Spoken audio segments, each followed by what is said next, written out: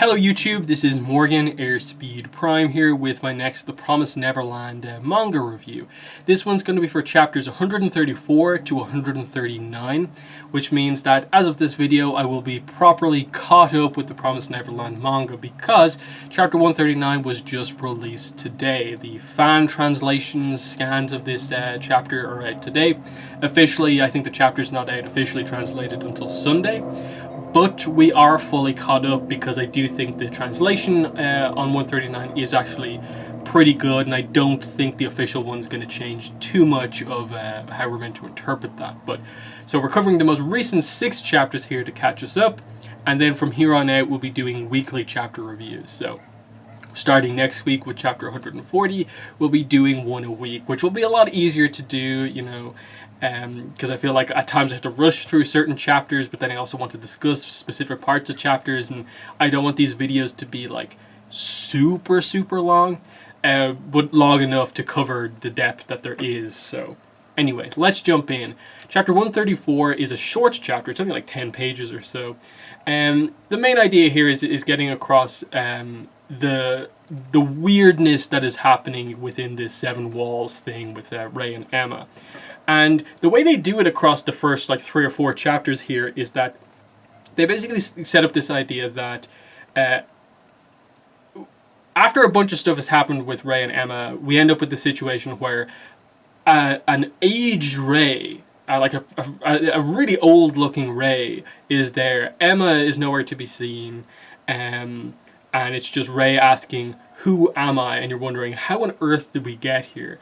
And so the time is a little bit all over the place here, because I think the first couple of pages of chapter 134 are actually more in line with where we get to by like 136, 137. And pretty much everything we see with Ray and Emma, I think, like in the chapters between there, is like flashback basically of just showing them sort of figuring stuff out and bringing up the mysteries again, the little kind of poem that they sort of have about it, you know, search for the day and night with the eye of the dragon of Kuvitadala. First go 10 rai north, 10 rai east, 10 rai south, 10 rai west, 10 rai to the sky, 10 rai to the ground. When the arrow stops between the sands and the sun sets in the east, the earth will scream and the walls will appear.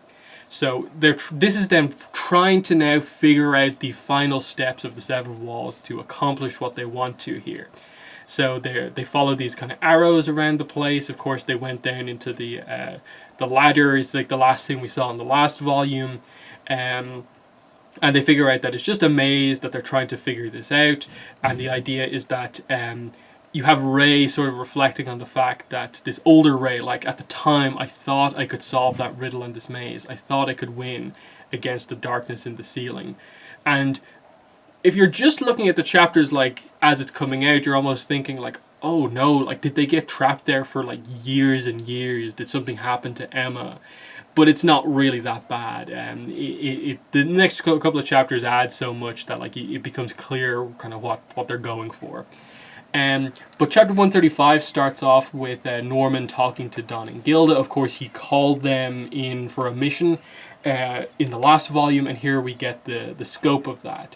So he wants the 2 of them to search for Sanju and Mujika, and he gets across the idea that he wants them to find the 2 of them and to protect them, that he sort of wants to play both sides. He still wants to go ahead with his plan, but he also wants to still have the whole use the blood of Sanju and Mujika if they have to as a sort of a backup plan. So he's to Don and Gilda at the very least, he's saying that he's sort of lowered his stance a little bit. He's kind of calmed down with the exact approach that he wants to take. And that just he wants to make sure all elements of uncertainty are kind of dealt with, and that Don and Gilda, with Emma and Ray gone, are the 2 best suited to accomplish that. He gives them a few suggestions of like, more than likely they'd be in like secret areas that are like forbidden. Basically, that's more than likely where they'll be, and that's when he basically says, I'll assign you an escort. You know, can you do me this favor? And the interesting thing is, in the aftermath of this, like Don and Gilda discussing what they make of this by Norman. Gilda says, Norman intended to kill Sanju and Mujika, right? Assuming he's changed his mind, but assuming the worst, he's using us to lure Sanju and Mujika out so we can kill them. We're just bait to make that happen. So they decide that we should pretend to cooperate and find Sanju and Mujika. Let's go. Hayato is going to come with them, but also someone else. And this is where we get introduced to this new character here, Aisha. So she's this obviously female character who has these 3 dogs with her. And they set up immediately the idea that she's an expert shooter, her dogs are excellent scent hounds, and that apparently she doesn't speak, a human language, and she doesn't understand a human language. She's a special case because she was like kept alive by a demon, and we get this brief aspect of her backstory of just Zazie and some of the other like Norman's lieutenants coming in, killing this demon there, and then finding Aisha and the dogs in the back, as if almost she was being just kept alive as like another dog. And it's this kind of mystery with her backstory. We'll get the backstory in the most recent chapter, which I'll get to at the end, but nice setup for the character. And Hayato's just like, in the Forbidden Zone, we saved her, the boss saved her, she's a sharpshooter, she's going to come with us as well. There's an interesting panel here also included in the backstory of basically Norman, I suppose, meeting Aisha for the first time. And the way they show it is that Norman's like face and skin is basically put in shadow, and there's this like light, almost like holy light, that they're going for, like the symbolism of like a god saved Aisha, and so that is why Aisha supports Norman, when in fact it turns out to be the complete opposite when we get Aisha's actual thoughts on what happened. So very, very, very interesting stuff, but we'll get to that later on. So they head off, the 4 of them head off, as we again at the end of chapter 135 get the idea that it's this sort of older Ray now holding on to a child Emma, like a baby Emma in his arms. So time is all over the place in the 7 walls. We've no idea what's going on. Into 136 we get more of this, basically figuring this out. I suppose how that happened. There's a lot of weird time stuff of like chapters ending on these cliffhangers of like the characters have like aged or de-aged, and then the start of the next chapter they're normal, and it kind of explains how we got to that point. And this is what we get explained in 136, that in this place, what is the thing that the one freely transcends that we can't? Space and time. And they think about like the symbols that they saw at the temple of like this cube and an hourglass. That's what represents space and time. The cube is a perfect representation for just the concept of space, because it's all the directions. It's forward, back, left, right, up and down. A cube represents all of that. Then the hourglass represents time. So space-time is what the 7 walls are about. 6 of the 7 walls representing the different directions of space, and then the 7th being time itself is the idea. So that's why it's sort of represented by like an hourglass and a cube. And that also sort of gives them a clue to figure out how to do it. When the arrow stops between the sands and the sun sets in the east, and they figure out that this is probably talking about stopping time and then reversing time, and that's how to get to the next stage of what's going on here. So Ray is thinking hard about this, of just like, how do we get to this point? There's not even a sun here, and then all of a sudden they walk out into this new area, and it's a desert. So it seems like it's the next stage of their journey, because they needed the sun to be there in the first place. Then Emma thinks about stopping time and reversing it, and suddenly she de-ages, and it becomes the baby that we see from the end of the last chapter. And she continues to de-age and apparently like disappears. Then Ray ages drastically, and I suppose that catches us up with where we were before, like at the end of like the first chapter that we discussed here. And this is where he says, this is how I ended up like that. Who am I?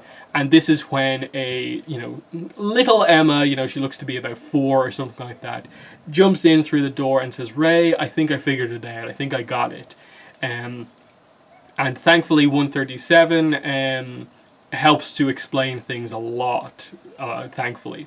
So that's what we get here. So Emma just comes in, slaps this like elderly Ray, and he immediately reverts back to normal. And she explains, the seven walls is space-time, and the place is unstable, and the key is in our heads. This place is linked to our minds, the unconscious and the unconscious. So consciousness is intervening. That means that our conscious minds can interfere with this place. Basically, you know, if they think hard enough and believe hard enough in something, they can actually sort of make it happen within this world. They confirm that this is the case because why else would they suddenly come into this place and it be so specific to places they've been already? There's no way that it would just happen to be Gracefield House. The only reason it would be Gracefield House for both of them is because they both have memories of Gracefield House, and that's why through their, you know, so through their like subconscious, that's why it would come out that way. So they figure out that this is all of the stuff that's been happening to them here, the weird stuff, is because they've sort of been thinking about it. Emma thought about reversing time and how to make that happen, so she became smaller. Ray sort of kind of lost hope and, you know, considered like getting lost, and that's why he aged so much. Then, you know, the whole desert thing and him being lost, that's how that happened as well. So they take each other's hands and go, you know, like, if we can do it, if we believe it, if we imagine it. So Ray, let's stop and rewind time for a bit. So we get these really nice images here, you know, full page spreads here of just Emma and Ray holding each other's hands, you know, eyes closed, imagining time reversing, and it actually happening. So, you know, you see the sun going down, the moon coming up, the place changing from being a desert to actually being this kind of lush forest, so representing the flow of time. But when they wake up again, they end up in this kind of barren area. It's almost like it's hard to say what exactly it is, but it's like, it's nothing but geometry. It's like the most simplistic form of space I suppose you can imagine. It's just, you know, black and white everywhere, lines, and this giant cube is there. This is the cube with 10 Rai on each side, and this is what it has to be. When they turn around, they see this other cube that has like a cube inside it, and then there's this black hole in the middle of it. And that's where we end like the seven wall side of the story, at least for these chapters. I assume we'll come back to it within the next couple of chapters, but we leave off this side of the story with the idea that Ray and Emma have found the next stage of the journey. They figured out the whole space-time thing of making the next step of like reversing time to get back to this point. Now I suppose they're just trying to figure out, how did they find the one and speak to him? The person above all of the demons, you know, who the first promise was made. How did they find that in the first place? The remainder of 137 is just Norman and his crew heading out for their journey to the Imperial capital to, I suppose, assassinate the heads of the 5 demon kind of royal houses. So it's him, you have Zazie, the girl who eats demons, plus his like army of what did he call them? Irregulars, I think is what he called them. The basically enhanced humans from Lambda and so on. So he has a whole army of like atoms basically coming with him, and that's where they're off to. Gielen's army of demons is doing what he wants them to do. So it seems like Norma's plan is going off completely as he wants it to. And the question you have the entire time is, you know, how much of this is just him sort of just doing what he can to satisfy people, but just going ahead completely with his plan? How much is he actually trying to incorporate Emma's part of the plan into this, and how much of it is just him going ahead with his plan to exterminate all of the demons? It becomes clear that he is much more leaning towards exterminating the demons and away from Emma's plan, and that he was just doing a lot of this to, again, manipulate Don and Gilda to get what he wants. But chapter 138, the last officially translated chapter, we start off with Vincent performing some experiments on this like a demon rat. He just injects it with this stuff, and what happens is that it just it seems to freak out and then just sort of like almost like burst at the seams or something like that. It's not really clear from the art, but it sort of just like falls apart effectively or something like that. It's not made particularly clear. I think the idea is that it dies in the middle of this, so just this one drop of this stuff killed this demon rat.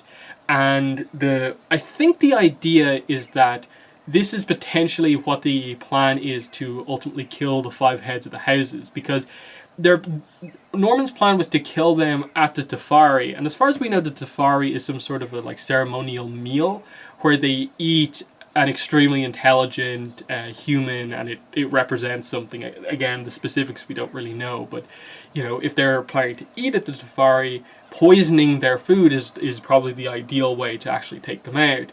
And here they specifically showed, a substance when injected, I suppose ingested, killing a demon thing completely. So yeah, we then cut over to Don, Gilda, Aisha, and Hayato. And this is really interesting in that they're looking around for tracks, and they're a little suspicious of Aisha. They're wondering, like, what way do we, take her? Her dogs are really good at searching. She herself has amazing senses. She's an excellent sharpshooter, and the comparison to Yugo comes up here in all of this as well. Hayato, as ever, is like impressed with how amazing like Don and Gilda are and what they're able to do. Aisha shows how skilled she is by expertly taking out this spider that was about to take out Don, and they're wondering, is Aisha sort of acting like a sort of surveillance agent for Norman? Is she here to just report back to Norman in case they try and do anything wrong, or what? So the question is, like, what exact way are they meant to make? What are they meant to make of Aisha being here? They say she doesn't understand human language. She only talks to her dogs. What way did they kind of communicate to her effectively? Then it all changes. This is the kind of turning point here. Hayato is kind of ambushed from behind by a demon beast. Immediately, Aisha reacts, has her gun ready to go, ready to fire, but she like hesitates for a second. Like it makes it pretty clear that Don is sort of shocked. Aisha reacts immediately, but hesitates enough to where Don is then able to get a stone and throw it at the demon hit it in the eye to sort of make it hesitate, and they run away, and that eventually they manage to like get to safety.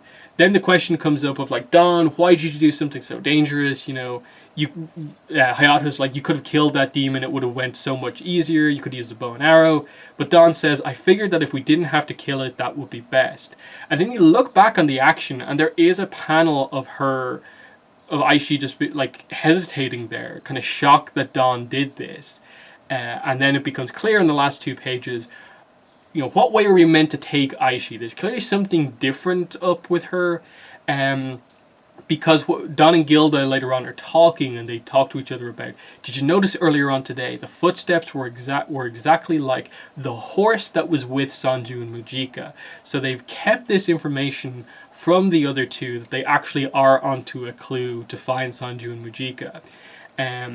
They're like, how do we find them so fast? But then what do we do if this turns out to be Sanju and Mujika? We'll encounter them soon. We won't let them get killed. To ensure that, what we have to do is, that's why. So they're kind of planning, like, how do we protect them with like Hayato and Aisha here? What do we do? She suddenly appears behind them and says, I see you two are planning to let the evil-blooded escape. So revealing here, she can talk to humans, she can understand humans. But the question you have at the end of this chapter is she actually working for Norman properly and has some secret mission and is just there to kill Sanju and Mujika when they find them, or what? And that's what's so interesting, because the most recent chapter here, 139, is so good because it takes it in the complete opposite direction. She isn't officially full on Norman's side. And that's what's so good. So they're like, oh, you can understand our language, Aisha. And this is where we get the backstory. So we kind of cut away from things to get the origin of her backstory through the perspective of the demon who raised her. So this is what we get. That demon was a staff member at a plantation. He was a man of few words, always looking downward, and anything but skillful. And ever since he was a child, he despised his own face. One day, the right side of his face suddenly lost its shape. Since then, no matter what he ate, his face wouldn't change back. And it's shown here through flashback that he was always insulted by this, of just like, they thought that he was going to become one of those savage demons, because I suppose that's what happens when they begin to lose their intelligence. But effectively, he's just this demon who has this sort of, deformation of his face. It's just this thing that happened to him. It's nothing to do with what he ate. It just happened. And the idea that he works at this kind of plantation, and it seems like he kind of, I suppose the idea is that they package food, I think, for other demons to eat, which, in the grand scheme of the series is kind of like, oh wow, so there is a whole industry around that sort of thing. But that's what he does. He just works, I suppose, a very basic job in terms of the demon world. And what he says here is, eating humans is supposed to turn me back to normal. It says his face was a curse to him, as it's revealed that he does have dogs. He does look after and raise dogs in his house. So that explains the dogs. And then it says, but just maybe, and it says, that day being carried on the line for disposal was a child. He thought he saw himself in one of the human babies. And this is where we meet Aisha as a baby. And it's revealed that underneath her hair, which she has pulled over her right eye, so we never actually get to see like this whole side of her face. But here as a baby, when she has shorter hair, it's revealed that she does actually have this deformation as well on her face. It's almost like it's like burned or something like that all across her eye.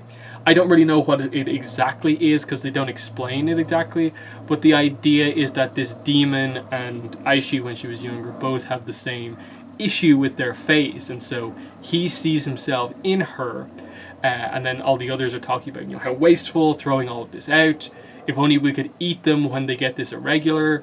And he continues to look at this child who is so similar to him, and then when like the supervisor turns around, he takes the baby. It says here in the narration, he committed an evil deed.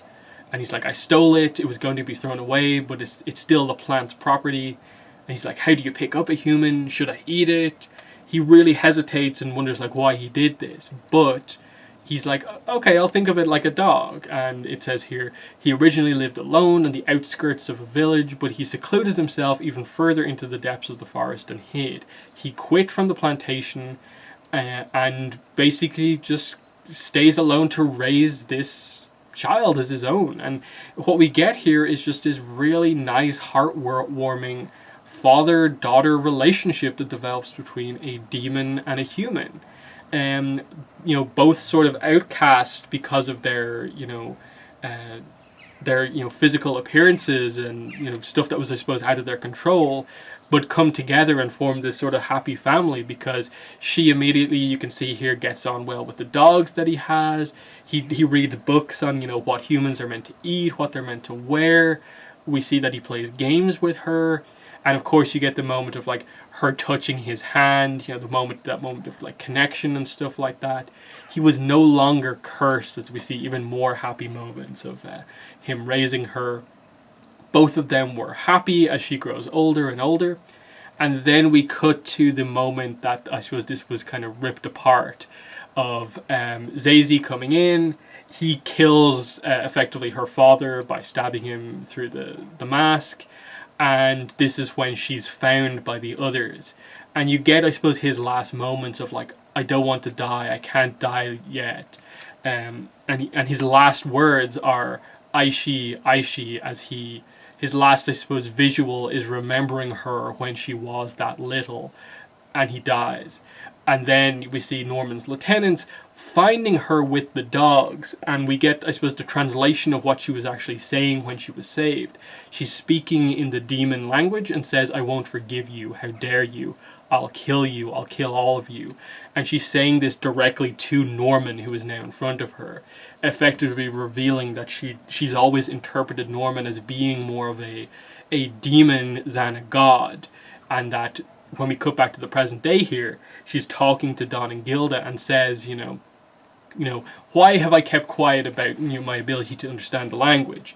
It's because I hate them. And she reveals, He in fact did eat human meat, but to me he was a father. He taught me language, taught me about the world. He raised me as family, not as food. He was my one and only father, and those guys killed him. They are my enemies. That's why I hate them so much and I don't want to speak. So she considers her enemies to be Norman and his group of 4 guys that includes, Vincent, Zazie, the girl who eats demons, and the other guy. And she says, I'm acting ignorant and following their orders so that I can survive the situation I've been put in. And she asks, why don't you kill them? You want to let the evil blood escape. If it were the other humans, they would kill them without hesitation, but you're different from them, so what is it? She wants to know why Don and Gilda have such a different approach with the demons than everyone else. And they say, we're not so different, we also hated the demons, there wasn't anything more frightening to us, but then Sanju and Mujika saved us. Those 2 are lifesavers and precious friends to us. We have this one friend in our group. She said not all demons out there are bad and that she didn't want to fight. It's not that we're blindly following what she said. We also don't want to wipe out the demons if possible, and for that we're searching for Sanju and Mujika.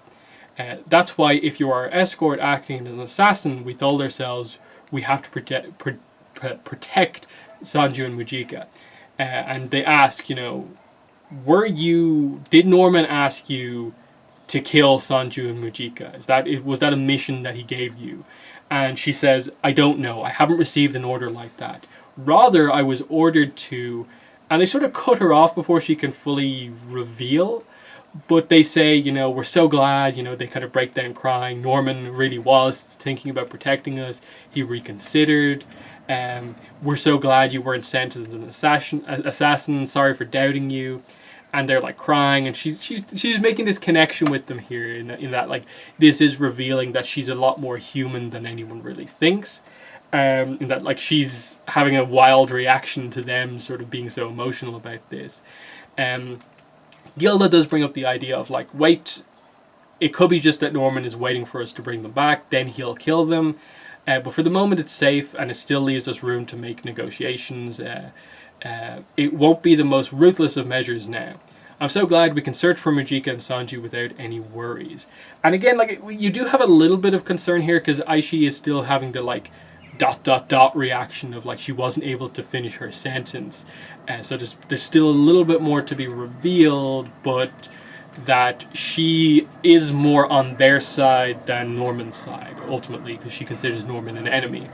Then we cut to Hayato, who's obviously with their group, but is like a little bit separate from them. And I think the idea is that like he's like backtracked a bit, and he meets up with Jin, who is there with a bunch of the like Lambda experiments, the irregulars that are like Adam.